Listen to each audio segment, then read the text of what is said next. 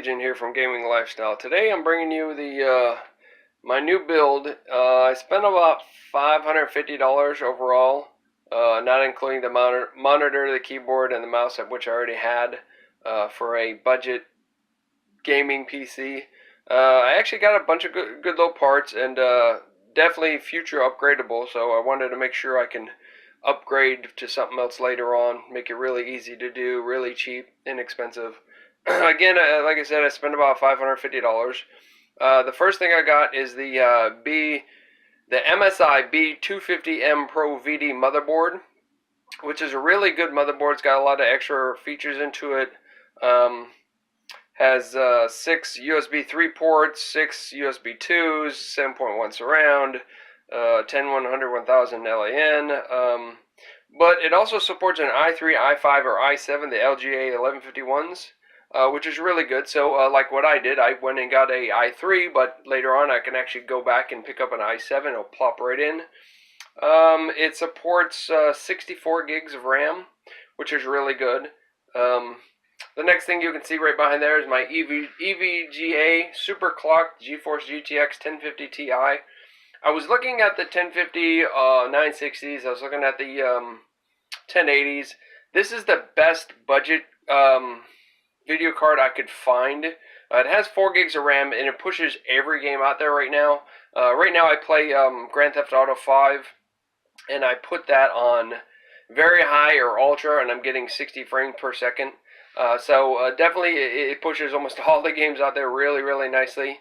And again, it's upgradable later on. To its left, you'll see the EVGA 430W, which is a 430 watt power supply. Because of the parts I picked, doesn't need a whole lot right now, so I could actually go with this little budget power supply. In the front here, you'll see is the Ballistic Sport gaming memory. It's an 8 gig kit, 2 4 gig chipsets. They are DDR4 2400s. Again, the motherboard supports 64 gigs, so this is definitely upgradable in the future. It was really inexpensive. Next, on the left, you'll see it's a Western Digital 1 terabyte blue 7200 RPM hard drive.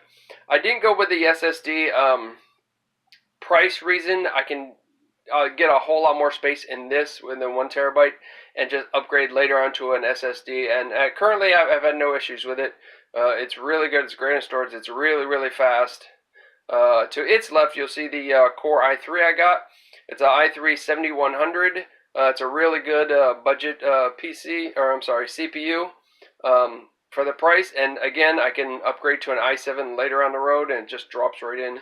To its right over here, you're going to see the Zalman T4 case I got. It has two USB ports in the top, with USB 3, USB 2, headphone and mic jack, reset button, power button. I bought the optical, so I put an optical inside because I definitely want to have the optical drive to install my games. Has a fan slot here, 2 in the side, 1 in the back, 1 underneath. It's really good, really inexpensive, and again, for everything I got, to be able to push all the modern games right now, $550. You don't have to spend a couple $1,000s. You don't need a 1080. You could, obviously, if you have the money, but right now the 1050 Ti is pushing all the games at very high or ultra settings with no issues. All of it's available online on Amazon. I'm going with all my stuff from there. I also went to PCPartsPicker, and I'm not affiliated with them or anyway, but if you go through them and put in what you're looking for, it will actually tell you if it's compatible and walk you through the steps of picking the right one. So it's really good, and it actually links to multiple other sites, Amazon, Tiger Direct, other places for the best price out there. So definitely that's what I use. It's up to you. Again, I believe my overall price after everything was $547.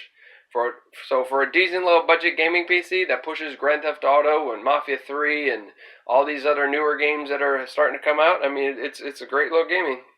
So check it out, look at the reviews, see what's out there for the superclocked 1050 Ti. It's a great little budget video card, and I'll see you when I see you. I'm Legion, I'm out.